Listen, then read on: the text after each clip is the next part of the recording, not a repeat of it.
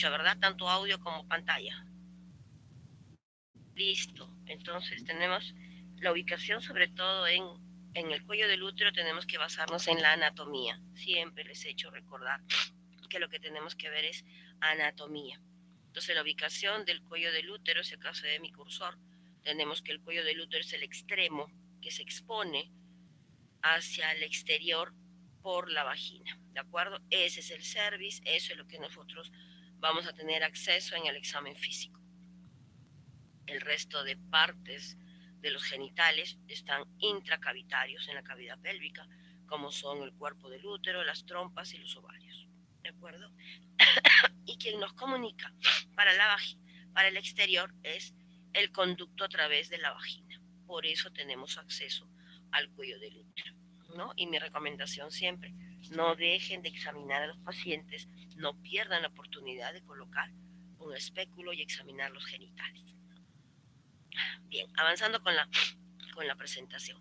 Este es el cuello del útero que tenemos acceso a través de la vagina. Colocando el espéculo podemos apreciar su aspecto y su morfología. Con respecto a la epidemiología, tenemos la importancia de esto. La Organización Mundial de la Salud ya ha puesto metas que veremos más adelante para poder controlar el cáncer al cuello del útero. Mundialmente, el diagnóstico de cáncer son de 12.7 millones de casos nuevos, según el Globocam, y para el año 2030, que no falta mucho, habrán 21 millones de casos nuevos. Eso significa que es una enfermedad que está galopando en su desarrollo. Entonces tenemos que poner freno. El registro de cáncer de Lima Metropolitana entre el año 2010 y 2012. Ahora, dime.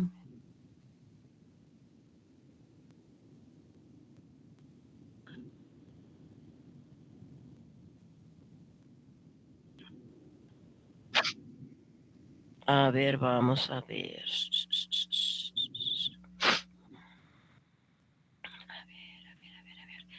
Ya, mejor. Doctora, si no puede presentar, puede pasárselo allí para que lo presente.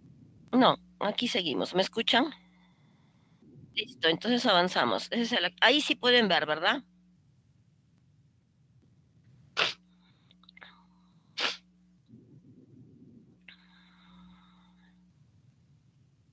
A ver, vamos a ver.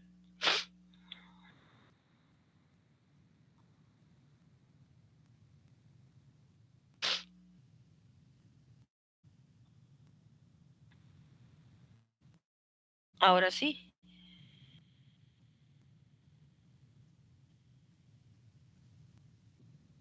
Ahora sí.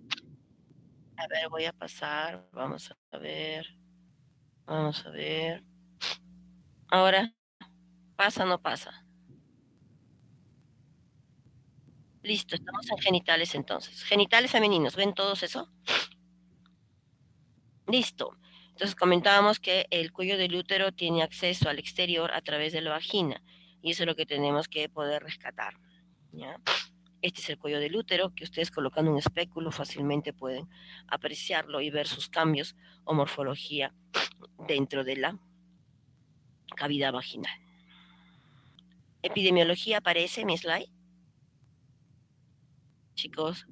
Perfecto. Entonces comentábamos que a nivel de la Organización Mundial de la Salud y de la investigación de cáncer, que a nivel mundial tenemos el riesgo del desarrollo de cáncer cada vez más.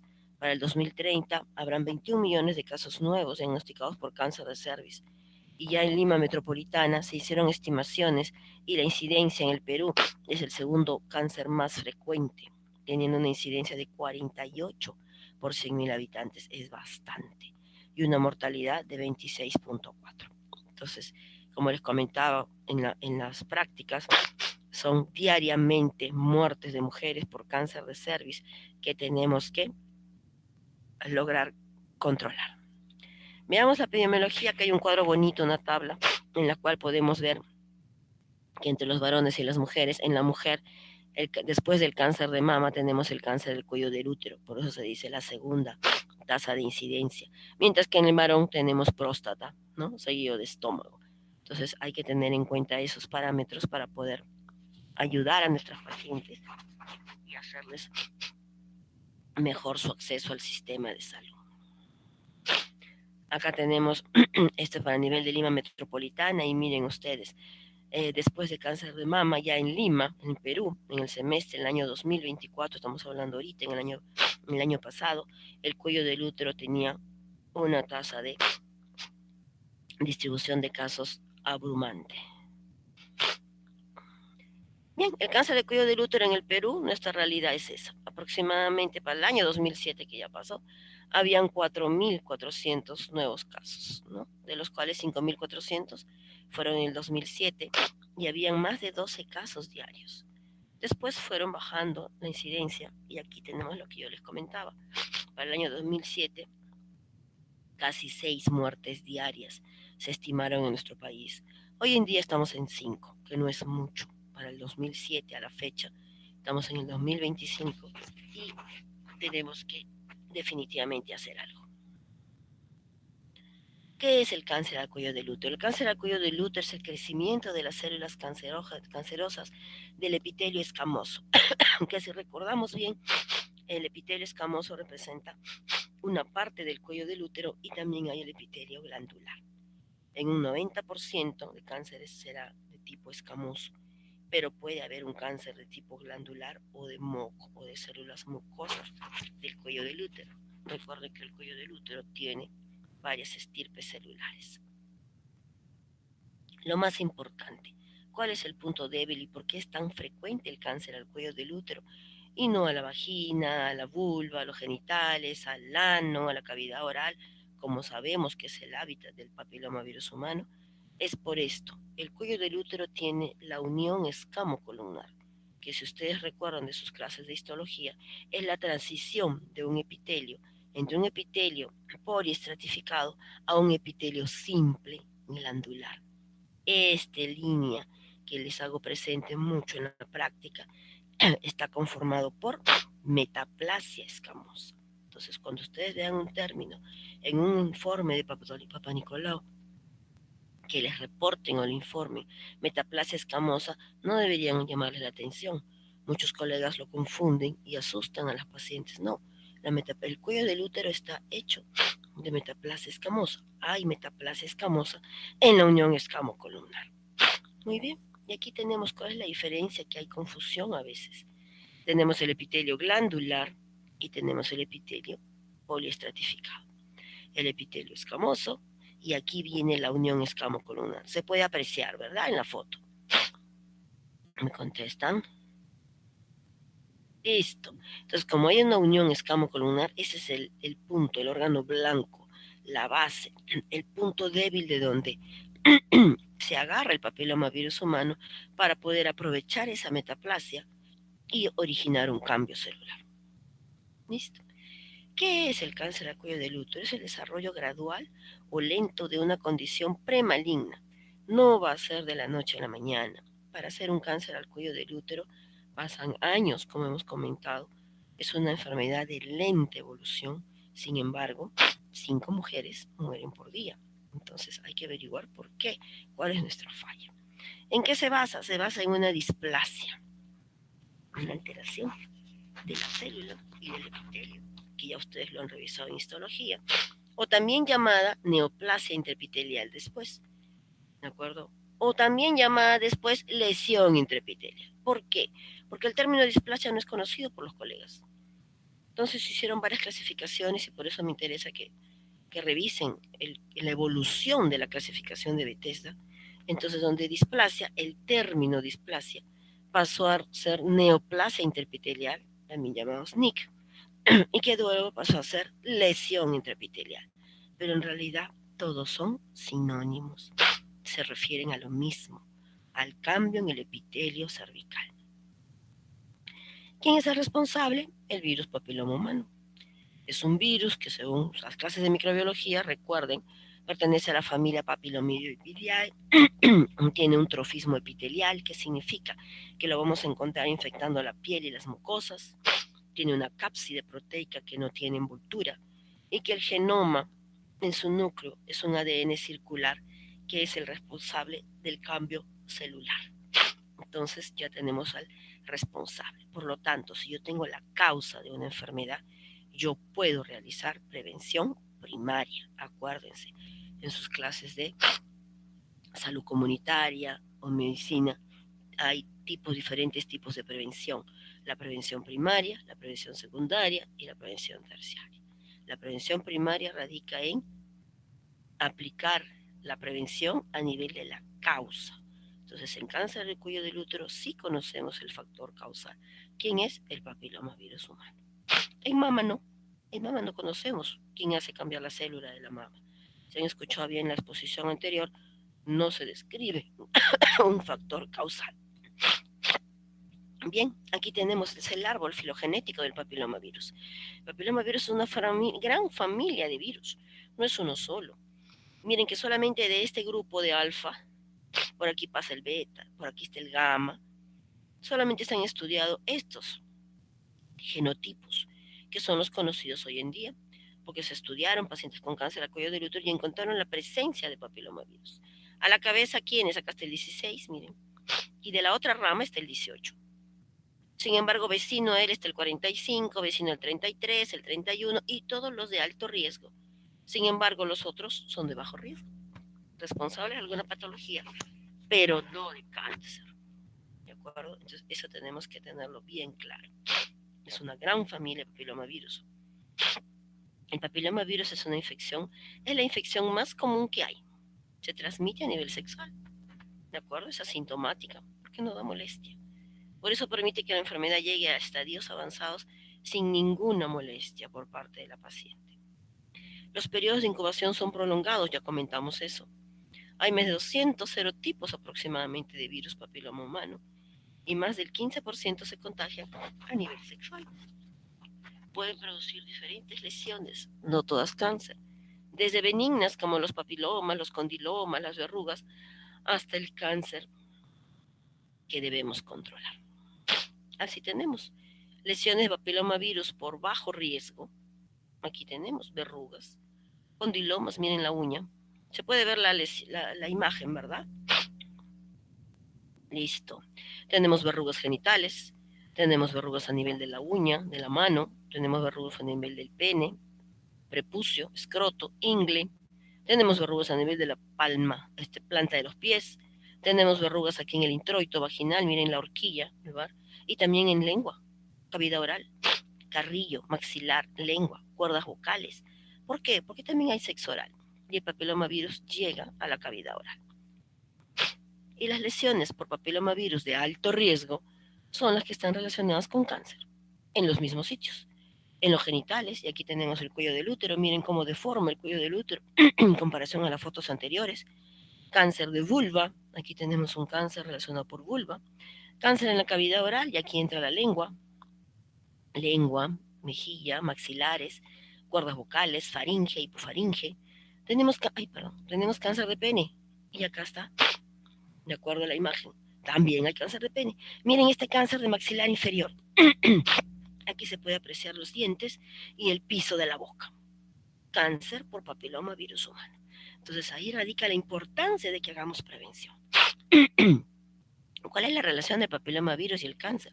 El papilomavirus es conocido como la causa principal del cáncer del cuello del útero y otros cánceres, como ya les dije. Está relacionado con cáncer también al ano, a la vulva, a la vagina, al pene y orofaringe que mencionamos. Los papilomavirus de bajo riesgo hasta ahora, acciones contra el papilomavirus, porque son más de 200 serotipos, solamente se han hecho hacia algunos serotipos dirigidos. Los de bajo riesgo se escogieron el 6 y el 11, que son los responsables de las verrugas genitales. Y los de alto riesgo, relacionados con los cánceres que hemos comentado, se estudiaron y se hicieron acciones a nivel del 16, 18, 31, 33, 35, 39, y aquí tienen los serotipos más relacionados de alto riesgo. Entonces, muchas de las lesiones se autolimiten. Acuérdense que el papilomavirus es un virus, y de acuerdo a la inmunidad se va a desarrollar o no se va a desarrollar. El 99.7% de los cánceres en el cuello del útero son producidos por el papilomavirus. ¿De acuerdo? Hay otros a nivel de las células glandulares o de las células mucosas. siempre en menor porcentaje, que podrían también ser responsables del cáncer. Aquí comentábamos la evolución larga, prolongada, nos da tiempo. Miren, de una célula normal que tenemos acá a una célula infectada por papilomavirus. Miren este diagrama, estos son los coilocitos. Cuando en un informe ustedes vean coilocitos, esa es la presencia del papilomavirus. No siempre hay un microscopio electrónico que me va a decir si hay virus o no, pero vemos la consecuencia de su presencia en la célula. Esta es una célula infectada por papilomavirus, también llamada coilocitos, por el tipo de alteración en la vacuola que se presenta. Aquí lo ven abajo.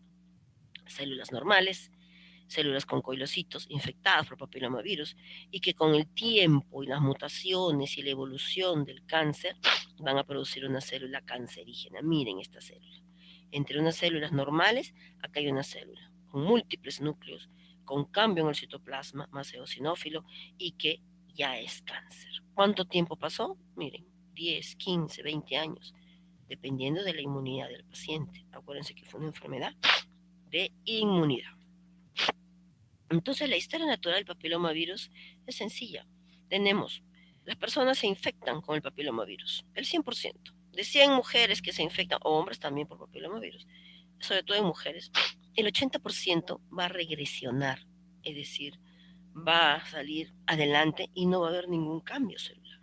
Solo un 20% puede producir una lesión de bajo grado. De 100 ya reducimos a 20 mujeres. De esas 20 mujeres, el 80% todavía va a regresionar, según los estudios hechos, y solo un 20% va a desarrollar una lesión premaligna de alto grado. Por eso es que el bajo grado lo observamos, porque en un 80% de casos regresa normal. Esta lesión de alto grado, que ya saben ustedes cuáles son, ¿no? Ni 2, ni 3, displasias severas, ya vienen a ser solo 4 mujeres. De estas 100, solo 4 van a llegar a una lesión de alto grado. Y de esas todavía, el 20% recién hará un cáncer. Miren, menos de una mujer. De 100 mujeres, menos de una hará un cáncer. Entonces, ¿cuál es nuestra importancia en poder detectar siquiera una mujer de esas 100? Esa es nuestra misión. Esa es la misión de ustedes que han escogido ser médicos y de todos los que somos médicos. El cáncer de cuello del útero ingresa, acá está. Hay microgrietas en el tejido, en el epitelio. ¿Por qué? Por la relación sexual. La relación sexual es un proceso dinámico, no es pasivo. Hay infiltración, hay fricción, hay microerosiones, que son la puerta de entrada del virus. El virus ingresa e infecta las células basales. Si hay una buena inmunidad, no habrá cambio celular. Pero si la inmunidad no es buena, empezará a hacer un cambio celular, ¿no? Primero en el tercio inferior, como comentábamos, en el tercio medio, o de lo contrario se multiplica, replica el virus y ahí suelta potencialmente la infección y tendremos la amplificación del virus para seguir infectando, de acuerdo a las proteínas que tiene. Este diagrama me gusta más. Tenemos la erosión del epitelio, ingresa el papilomavirus, cambia nuestra acá, mírense, es que bonito acá, la membrana basal, que yo les comentaba. Hay un límite, acuérdense de la anatomía. Este es el epitelio normal, ¿de acuerdo? Un cuello del útero normal, un epitelio polistratificado, ¿no? Y que se asienta sobre la membrana basal. Y la membrana basal, debajo de ella, ya hay acceso a la dermis y a los vasos y a los medios de transporte. Muy bien, ante una erosión ingresa el papilomavirus. Si hay buena inmunidad no pasa nada, pero si la inmunidad baja, hay un cambio celular. Puede producir una lesión de bajo grado, o NIC1, o displasia leve, como le llamaban antiguamente. O sea, hacían mención porque es su término histológico, pero muchos no conocen el término displasia. Entonces, para hacerlo más fácil, dijeron lesión de bajo grado. Si la inmunidad es buena, revierte. Si no, sigue comprometiendo las capas celulares. Se multiplica, infecta potencialmente y puede llegar a ser una lesión moderada cuando compromete el tercio, 2/3 del epitelio, como les dije. Y cuando compromete los 3/3 del epitelio, ya estamos hablando de una displasia severa. Y si estas células logran ver el cambio de esta célula y de esta, se logra ver la diferencia, ya esto es un cáncer. Pero que mientras no rompa la membrana basal, será un cáncer in situ. Cuando rompe la membrana basal, ¿se puede ver bien el gráfico, por favor? Listo. Cuando rompe la membrana basal, este es un cáncer invasivo. ¿De acuerdo? ¿Cuánto tiempo pasó de aquí hasta acá? Más de 10, 15, 20 años. Entonces, miren la importancia que tenemos. Ay, se corrió. Muy bien. A ver, ya. Entonces seguimos aquí de manera didáctica, bonita. Tenemos el cuello del útero normal. Miren la foto de acá, se puede ver, ¿verdad? Hay una primera infección por papilomavirus, hay un primer cambio celular, tenemos una lesión leve, tenue, que a la colposcopía, que vamos a verlo más adelante, se ve de un epitelio aceto blanco leve. Si la inmunidad es buena, revierte y regresa normal. Acuérdense que está la flecha. Si la inmunidad es buena, regresa normal. Pero si la inmunidad no es buena, va a seguir cambiando a una displasia moderada, o también llamada NIC2, ¿de acuerdo? Y que me va a producir una lesión un poco más gruesa. Miren, el tono de blanco de la leve no es igual al de la moderada. Y no va a ser igual al severo. El NIC3 ya es un epitelio que compromete los 3/3 del epitelio. O sea, es una lesión severa. Que regrese, más difícil, ¿verdad? Entonces viene la evolución. Estamos hablando, miren, 5 o 10 años después tenemos un cáncer invasivo. Miren, esto a simple vista no se ve, no se ve, no se ve. Tengo que colocar un líquido, un medio para poder visualizarlo. Aquí el cáncer, no hay líquidos, no hay nada. De frente ponemos el espéculo y lamentablemente encontramos lesión proliferativa. Los factores de riesgo. ¿Qué factores de riesgo hay para eso? Porque es un virus, ya sabemos. Entonces es inmunidad. Primero, que haya el virus. Si hay una infección por papilomavirus, va a haber el riesgo de hacer el cáncer al cuello del útero. Factores de riesgo que bajan la inmunidad. El tabaco. Está comprobado que el tabaco produce cambios a nivel del pH vaginal, de la vagina, y facilita que el papilomavirus ingrese a hacerme cambio de mi epitelio. Otro factor de riesgo es la edad. Edad en inicio de relaciones sexuales, en mujeres menores de 17 años o en mayores de 40. ¿Por qué? Por una zona, una anatomía que hay, que siempre les pregunto, ¿cuál es? Es la zona de transformación. En la pequeña, antes de nacer, o al nacer, tenemos la zona de línea escamocolumnar, que ya la conocemos, dentro del canal vaginal. Pero conforme va alcanzando la madurez la niña, en la adultez temprana, esta exposición, esta línea, este epitelio, esta metaplasia se expone más. Entonces es más vulnerable al acceso al papilomavirus. Y cuando estamos otra vez en la paciente adulta, otra vez regresiona y se vuelve a introducir al canal. Entonces de eso va a depender que sea más fácil el acceso a evaluar esa zona de cambio escamocolumnar, que es la que nos interesa ver y seguir para ver cambios. Otro factor de riesgo, ¿cuál? Múltiples parejas sexuales. Lógico, a mayor cantidad de parejas sexuales, mayor cantidad de papilomavirus que intercambiemos. Van a haber mayor serotipos, contagio con más serotipos diferentes de papilomavirus. La inmunidad, pacientes inmunocomprometidos. Aquí tenemos a la cabeza el HIV. Cada vez hay más pacientes con HIV. Y hoy en día nadie se muere por HIV. Entonces viven con sus retrovirales, pero la inmunidad no es buena. Es una población de riesgo a hacer cáncer. Probablemente ellos no demoren ni 10 años en hacer un cambio celular. Entonces en la historia clínica tenemos que rescatar eso. Pacientes trasplantados, o que toman trasplantados, cada vez hay más. Trasplante de córnea, de riñón, de hígado.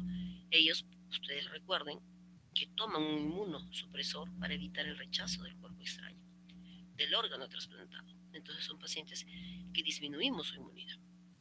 Otra población que tenemos es la paciente que toma corticoides.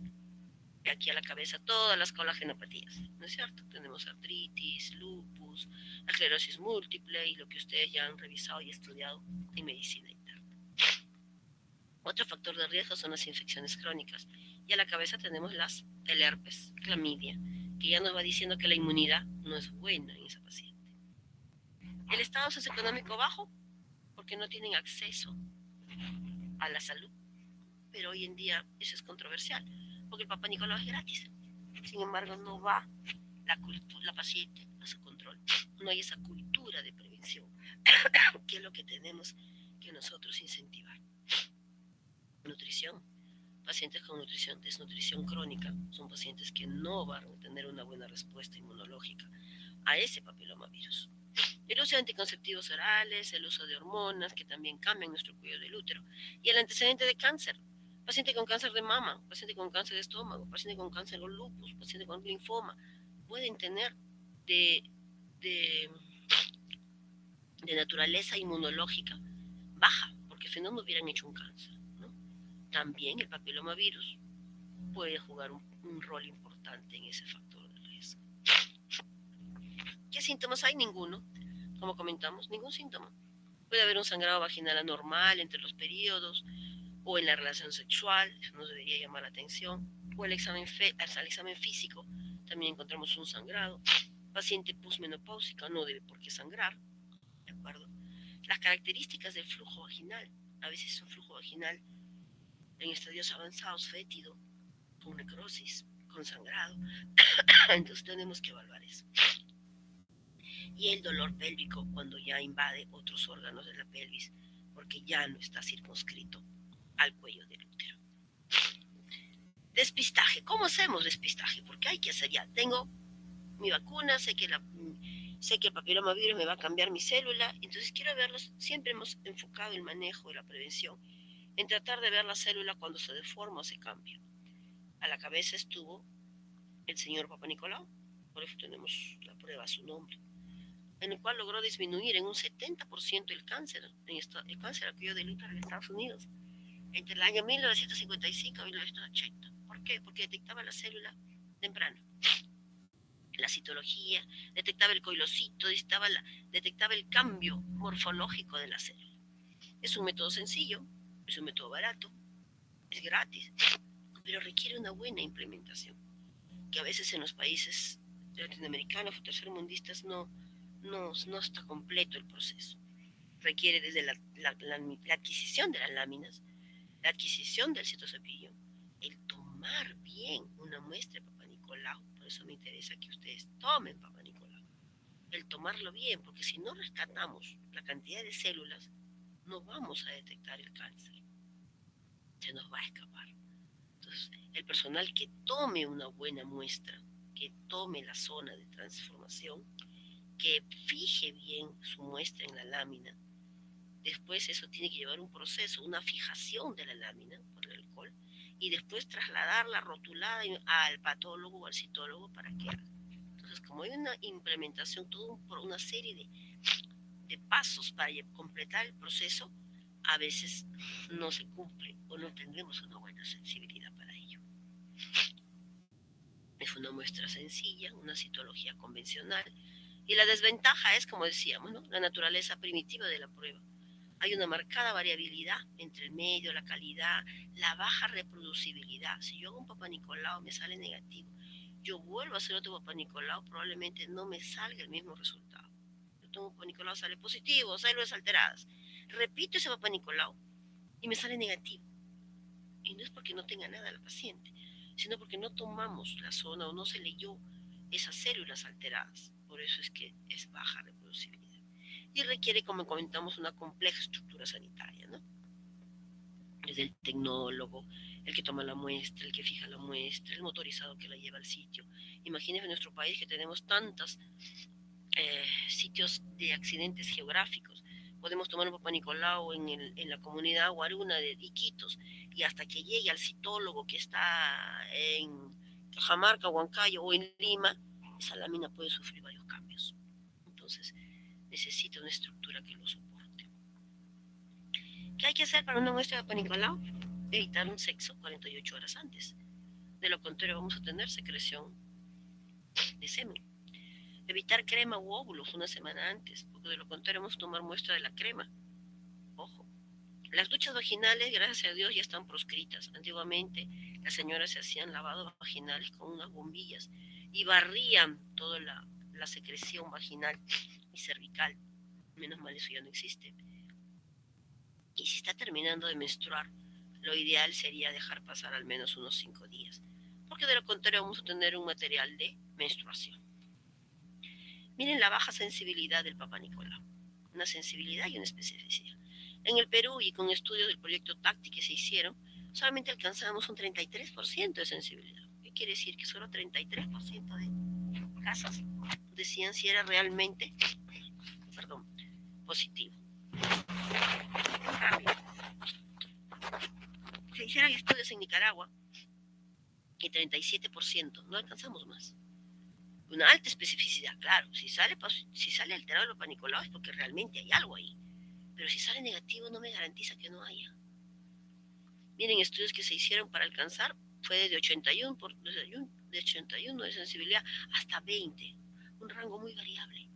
En Uganda, que es el país de África donde más se ha incentivado esto, porque la condición económica es baja, no hay para hacer otro tipo de pruebas, alcanzó como mucho 60% de sensibilidad. Y miren especialmente en Chile, aquí nomás, en otro país vecino, 36. O sea que la sensibilidad de Papa Nicolau no es buena. Sirve para una prueba de screening en masas, pero no me descarta. Y por eso lo hacíamos frecuente, ¿no? De manera frecuente. No salía ese año, probablemente obtendríamos la célula en los años siguientes. Entonces, hay una difícil cobertura, no podemos llegar a todas partes para hacer un Papa Nicolau. Hay errores en la toma de muestra, por eso me interesa que tomen una buena muestra. Si no toman la buena muestra, no ponen en la lámina la secreción adecuada, no se va a poder leer. Hay un error en la interpretación, ahí entran los citólogos, porque pueden leerlo bien, pero no se fijó bien la lámina, etc. Falla en el diagnóstico y tratamiento de las lesiones anormales, una gran cantidad, un gran número. Y falla en el seguimiento. Yo le hago Papa Nicolau a una paciente, comentábamos en la comunidad guaruna, yo regreso a hacer un Papa Nicolau, ya no lo encuentro, porque son poblaciones que se mudan, cambian. Y aquí tenemos lo que es el Papa Nicolau. ¿No es cierto? Teníamos diferentes clasificaciones, que es lo que yo quiero que a veces lo tengan clarito. El sistema Papa Nicolau ha sufrido cambios a lo largo de la historia. En 1954, el sistema dado por Papa Nicolau, George, era un Papa Nicolau, los informes eran sencillos. Era un Papa Nicolau clase 1, que significaba benigno, todos tenían que saber eso. Era un Papa Nicolau clase 2, en lo cual salía una metaplasia, una displasia, una célula alterada, pero no cáncer. El Papa Nicolau 3, en el cual decía era sospechoso de malignidad, pero no podía decir nada. El Papa Nicolau 4 dice también sospechoso de malignidad porque ve por ahí un cambio celular.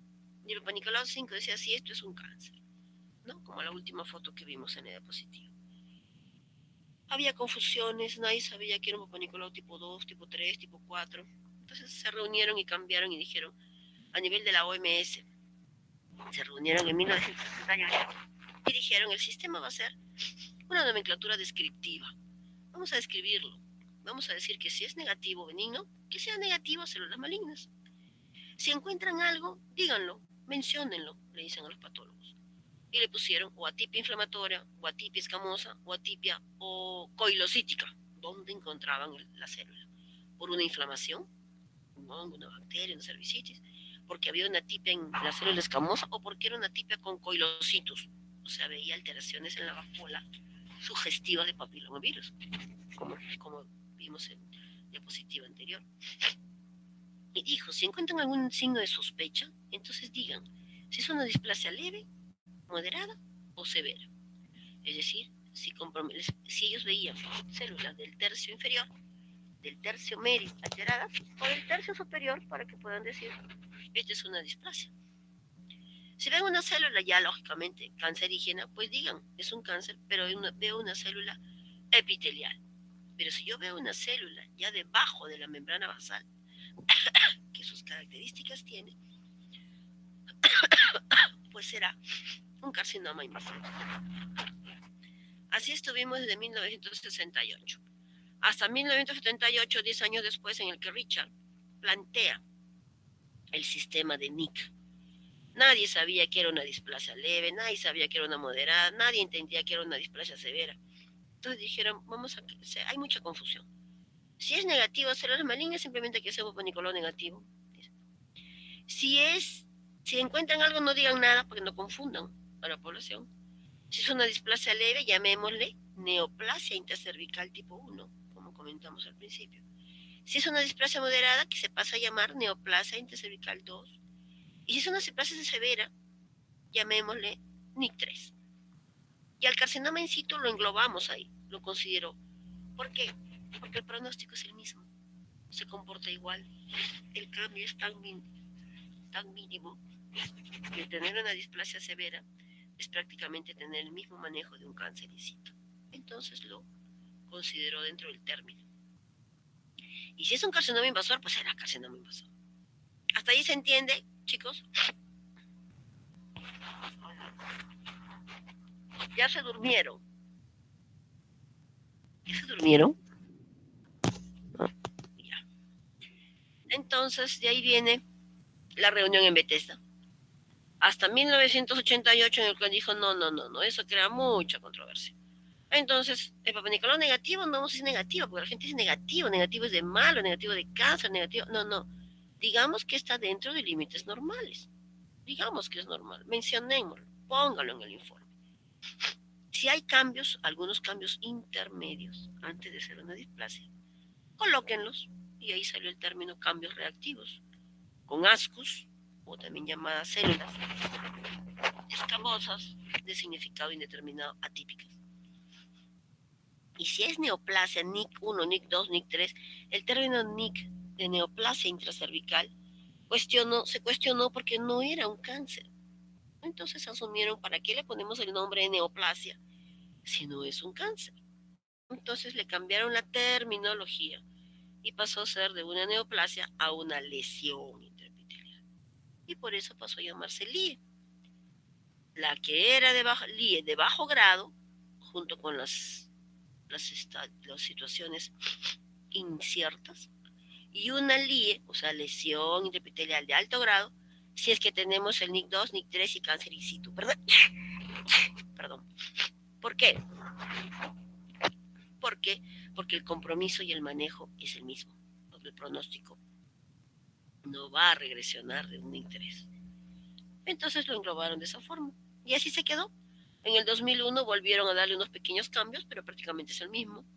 Dijo, no pongamos dentro de límites normales, sino negativo para lesión intraepitelial.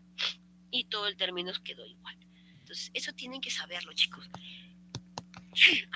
Tienen que saberlo. ¿Por qué? Porque son términos que los van a encontrar en su informe. Seguimos. Entonces ya sabemos que el Papa Nicolau tiene una sensibilidad muy baja. Puede ser de 30 hasta 87%, pero eso lo alcanzan en países super archirrecontra ordenados que tengan el proceso completo. Tiene una alta especificidad. Si sale positivo algo, pues realmente hay algo ahí. Pero tiene una tasa de falso negativo del 14 al 33 y es por el efecto de la toma de muestra. Hay otra prueba para hacer el despistaje, ¿no? Ya estamos en la prevención secundaria. Como no tengo el factor causal, ¿cómo hago para detectarlo a tiempo? Entonces tenemos Papa Nicolau, las pruebas de papilomavirus, hoy en día hay. Primero salió una técnica de hibridización, que era la captura híbrida, en la cual la captura híbrida solamente nos lograba decir si había presencia del virus de alto riesgo o no, pero no nos especificaba qué tipo de virus. El PCR surgió después, en el cual sí nos dijo, amplifica los fragmentos del ADN y sí nos puede detectar los diferentes tipos de papilomavirus. Entonces, él sí nos hace mención qué serotipos están presentes, ¿no? Y que pueden haber infecciones múltiples, por un serotipo, por dos, por tres. La captura híbrida solamente nos decía, sí hay papiloma de alto riesgo. En las pruebas del PCR nos dice sí, tiene el 18, el 16, el 35, el 43, entonces sí nos da una afirmación. Entonces acá tenemos el papilomavirus versus Papa Nicolau. Tenemos Papa Nicolau solo como Papa Nicolau, miren, en grandes estudios que se hicieron, solo alcanzaba una sensibilidad del 56%, casi menos de la mitad. Si hacemos una prueba de papilomavirus, teníamos una alta sensibilidad, porque si él encuentra virus es porque realmente hay. Y puedo repetir la prueba y ahí saldrá lo mismo. Ahí hay virus, 97%. Y sumábamos ambas, sumando el Papa Nicolau y la prueba del papilomavirus, cubrimos el 100% de sensibilidad. Entonces, ese es hoy en día el estándar para poder detectar prevención. Tratar de identificar la presencia de virus, porque si hay virus, hay el riesgo de persistencia de su infección y habrá riesgo de cambio celular. La prueba de papiloma virus es una prueba de alta sensibilidad, es decir, si sale que hay presencia de virus es porque realmente hay presencia de virus. Reproducible, porque si yo lo repito, vuelve a salir que hay la presencia de esos serotipos. Tiene un alto valor predictivo negativo, es decir, si no hay nada, pues realmente no hay nada, que identifica el ADN. Permite tamizajes con menos frecuencia, y eso quiere decir, para nuestra población eso es bueno, porque nuestras mujeres no se hacen Papá Nicolau todos los años, que nos quedaba por hacer si es que hacíamos solo Papá Nicolau por la baja sensibilidad. En cambio, el papiloma virus no. Si yo tengo una prueba de papiloma virus negativa, esa paciente no va a desarrollar un cáncer en 1 año, 2 años, 3 años, 4 años. Porque por historia natural de la enfermedad yo sé que demora un tiempo. Entonces le podemos decir a la paciente, venga cada 4 años a hacerse otra prueba de papiloma virus para ver si se reinfectó. Es automatizada, lógico, centralizada y uniformizada. Necesita una infraestructura y un equipo que analice el ADN y ayuda en la detección de células, lesiones glandulares y adenocarcinoma, que a veces se escapaban en la citología. Al tomar el cepillito, a veces no teníamos acceso a la parte glandular. En cambio, el análisis del ADN en células es más certero. Y surgió la prueba del COVAS, tienen varios nombres, que es la prueba del test de papilomavirus, donde ahí sí nos dice, está la presencia del papilomavirus 16, está la presencia del papilomavirus 18, y también tiene el resto de papilomavirus de alto riesgo. Entonces escogieron 12 serotipos y dijeron sí, también tiene los no 16 o no 18. ¿Por qué consideraron 16 y 18 a la cabeza? Porque ambos representan el 70% de cáncer en el cuello del útero en los estudios que se hacían en mujeres con cáncer al cuello del útero. En un 70% encontraban serotipo 16, encontraban serotipo 18. En un 30% encontraban otros serotipos de alto riesgo que no eran 16 y no eran 18. Entonces había que tomarlos en cuenta. Entonces el despistaje, 1 es Papá Nicolau, 2 la prueba del papilomavirus. ¿Qué tenemos si no tenemos Papá Nicolau, no tenemos PCR, no tengo estudio de ADN? Puedo realizar una inspección visual de ácido acético. Y ustedes ya lo han hecho, algunos en consultorio o han visto, en la cual colocamos una torundita con ácido acético y se nos va a graficar, dibujar, marcar si hay alguna lesión en ese cuello del útero. Igualmente si aplicamos la solución del Lugol, pero hay que preguntar si la paciente no es alérgica. Entonces, es la inspección visual. Solo sin equipo, sin nada, nosotros podemos evidenciar si hay algún cambio en ese cuello del útero, que es lo que queremos detectar, ¿no? Si yo coloco mi ácido acético y no marca nada, yo coloco mi Lugol y no me marca nada, entonces yo puedo decirle, señora, todo está bien, ven a su control. Pero si yo encuentro una lesión como la que están viendo, yo tengo que explicar a la paciente, señora, aquí hay una lesión y necesitamos hacerle una biopsia para confirmar. Si está en su disponibilidad, está en un sitio donde puedan haber patólogos, por comenzar a tener la pinza de biopsia. Y segundo, patólogos que nos puedan analizar esa biopsia, se hará. Y si no, dirigir a la paciente. Dirigirla al nivel de atención superior. ¿Para qué? Para que no se pierda. Estamos entre los 10, 15 años de una probable lesión que nos va a dar cuadros muy penosos más adelante. El otro diagnóstico es la colposcopía, ¿no es cierto? Yo ante un cuello del útero que no lo veo bien, ante un Papá Nicolau alterado, una prueba de papilomavirus positiva para papilomavirus de riesgo, o tengo un IVA, un SHIELD, un test de Lugol, inspección visual con Lugol alterado, yo tengo que decirle, señora, usted necesita una biopsia. Entonces se refiere a la instancia superior, donde hay un colposcopio, es un equipo que aumenta la dimensión del tamaño y el aspecto. Y uno viendo la zona ve cuál es el mejor sitio para tomar la biopsia, porque tampoco se puede tomar por tomar. Hay zonas más sospechosas, más cambiadas que uno debe recolectar esa muestra. Entonces, esa es la finalidad de la colposcopía. La colposcopía no nos va a decir si es cáncer o no es cáncer, no. Nos va a dar una imagen que puede ser sospechosa, pero lo principal es que nos va a permitir indicar la zona de dónde tomar la biopsia. ¿De acuerdo? Y teniendo el diagnóstico, uno puede proceder bien a resecar esa lesión con el cono. Deben haber escuchado ese término, un cono, y hay varios conos. Lo ideal, la intención del cono es que sea diagnóstico. ¿Qué quiere decir? Yo tomo una biopsia de acá. Se ve mi cursor, ¿verdad? Entonces yo tomo una biopsia de acá, pero yo no sé si acá hay una lesión mayor. Entonces yo si tengo una biopsia que es de alto grado, yo debo estudiar la lesión completa. O sea, la finalidad del cono es esa, resecar la lesión completa. ¿Para qué? Para poder estudiar toda la lesión. Y ahí entra el cono. Acá está el conito. Se llama cono porque uno reseca la forma del cono. Antiguamente se hacía con bisturí, entonces se llamaba cono frío. Después ya surgió el ASALIP, ¿no? O alta frecuencia, en la cual uno pasa una asa semicircular de alambre y puede resecar la lesión, hasta la lesión blanca. La reseco y toda la mando a analizar.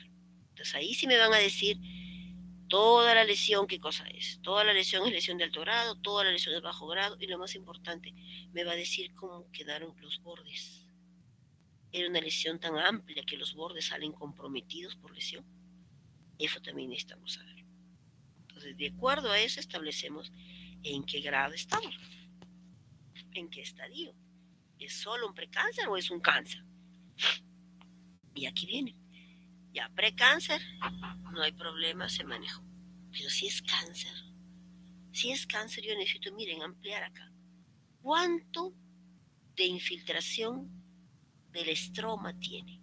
Es decir, tuvo la enfermedad acá y me rompió la membrana basal. ¿Cuánto? ¿1 milímetro? Pueden ver el gráfico, ¿verdad? 1 milímetro, 2 milímetros, 3 milímetros. Porque de acuerdo a eso, yo le daría un estadio.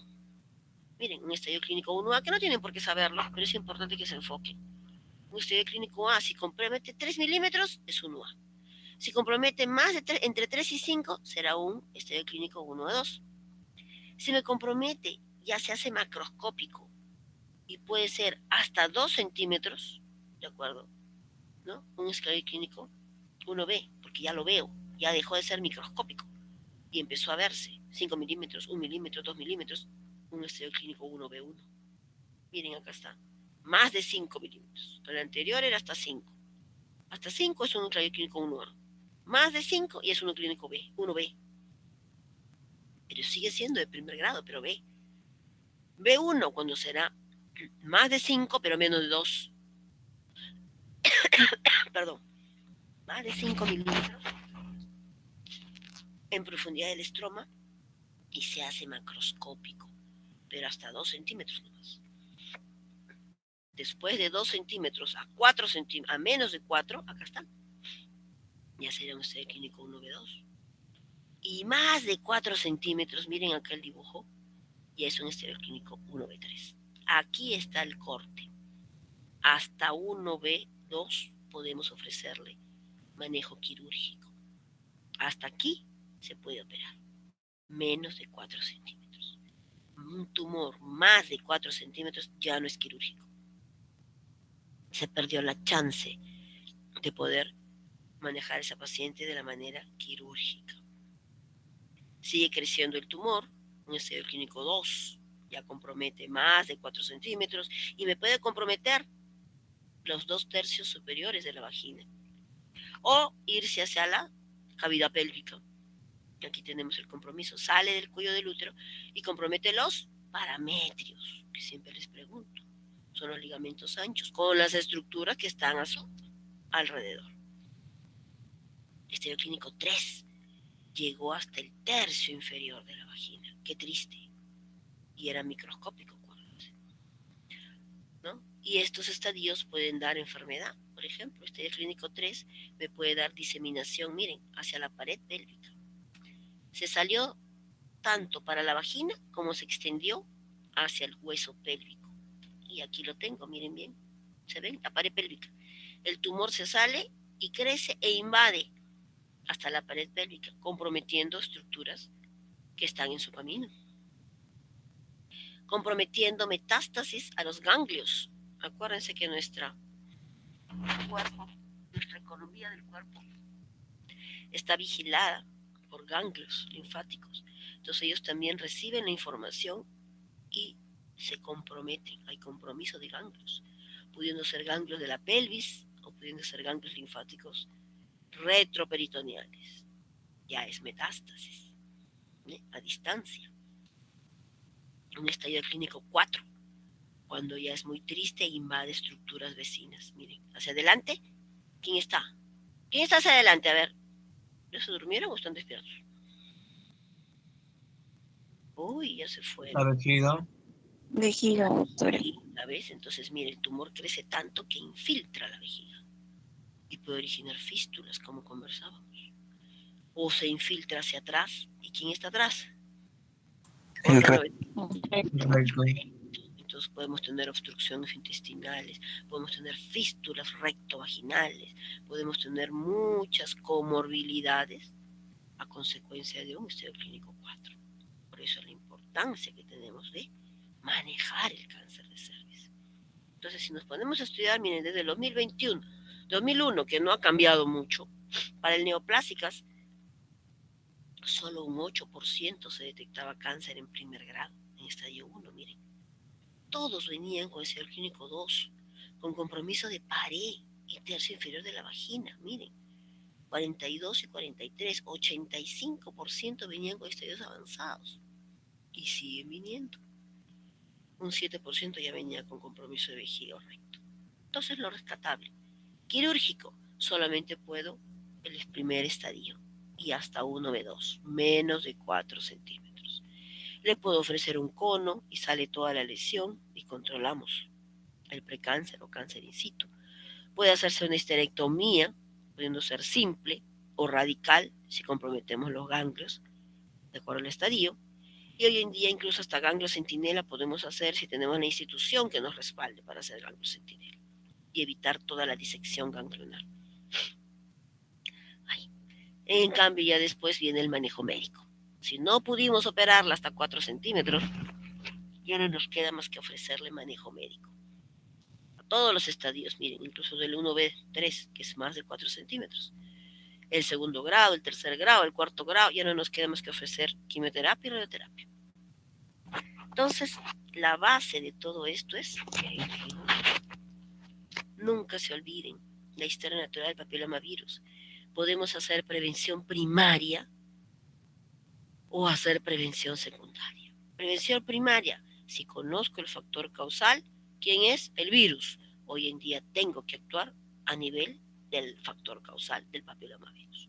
Si no tengo acceso a buscar ese virus papiloma humano, a actuar a ese nivel, entonces debo de seguir aplicando la prevención secundaria. ¿Cuál es la prevención secundaria? Identificar estas lesiones, las premalignas, antes que lleguen a ser un cáncer. ¿Se entiende, chicos? ¿Aló? Sí, doctora. Genial. Entonces, la prevención primaria, vacuna. ¿Conozco el agente factor causal? Sí, el papilomavirus. Pues fabricaron una vacuna por papilomavirus, porque es un virus, no lo podemos matar. No podemos quemar el virus, no lo podemos destruir, no lo podemos cauterizar, la famosa cauterización que está en boga. No, el virus no va a morir con una cauterización, sino lo que tenemos que hacer es fabricar inmunidad para enfrentar la infección contra el papilomavirus. Y eso es vacuna. Hoy en día deberían vacunarse todos a partir de los 9 años. Y son las políticas de salud que tenemos, ¿no? Hay diferentes tipos de vacuna a nivel mundial. La bivalente creo que fue una de las primeras que salió, la tetravalente, donde tenían 2 serotipos, después 4 serotipos, después la mejoraron a 9 serotipos y es la que actualmente está en el mercado, la Gardasil 9, que es la nonavalente, ¿no?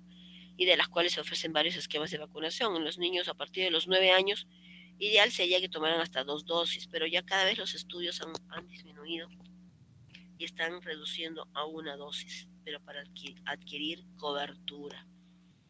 A partir de los 18 años y hasta los 18 años es gratuita. Ojo, si tienen amigos, vecinos, familiares que se vacunen, porque a partir de los 18 años ya hay que ponerse 3 dosis y la vacuna ya tiene que correr por costo personal y no es barata.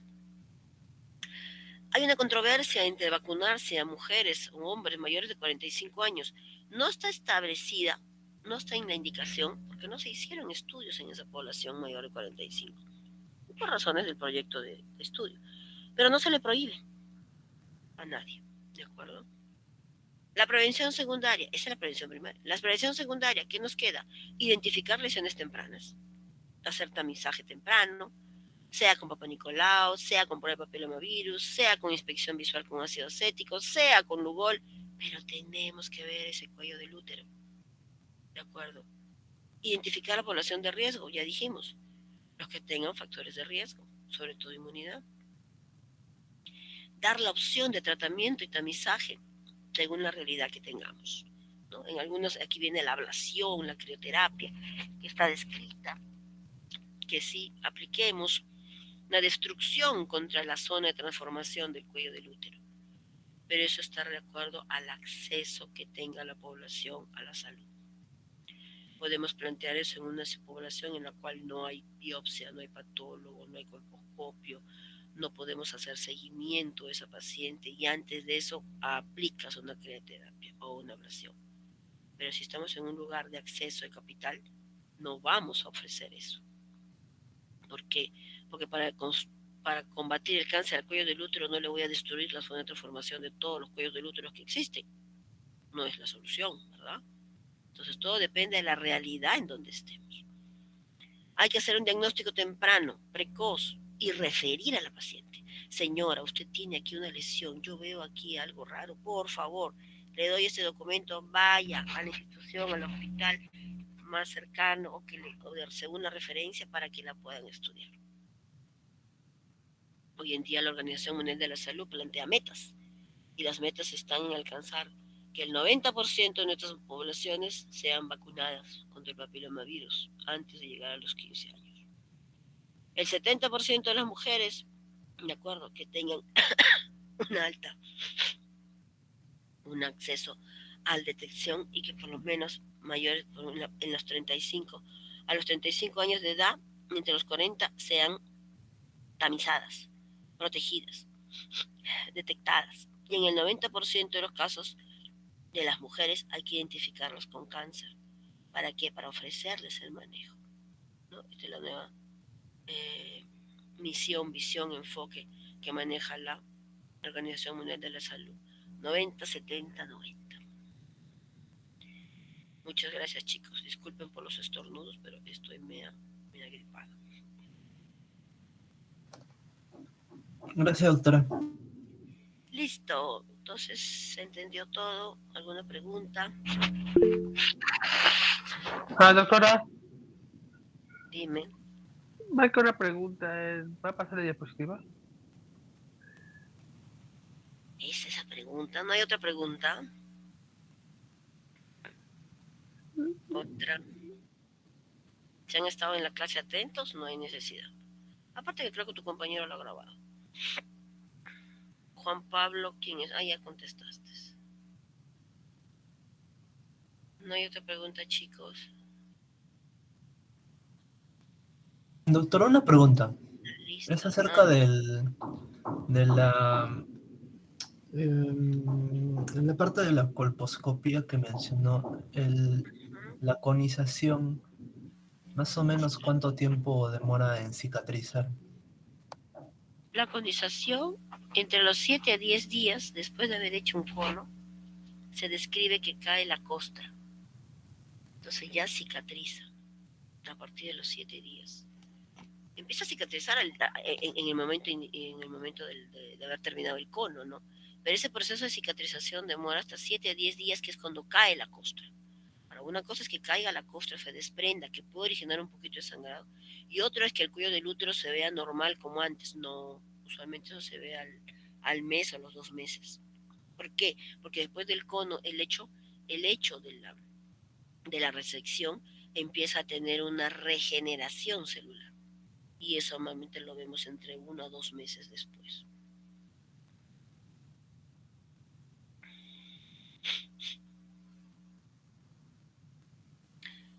Listo, chicos. Si no hay más preguntas, creo que damos por terminada la lista. Hazme llegar la lista, por favor.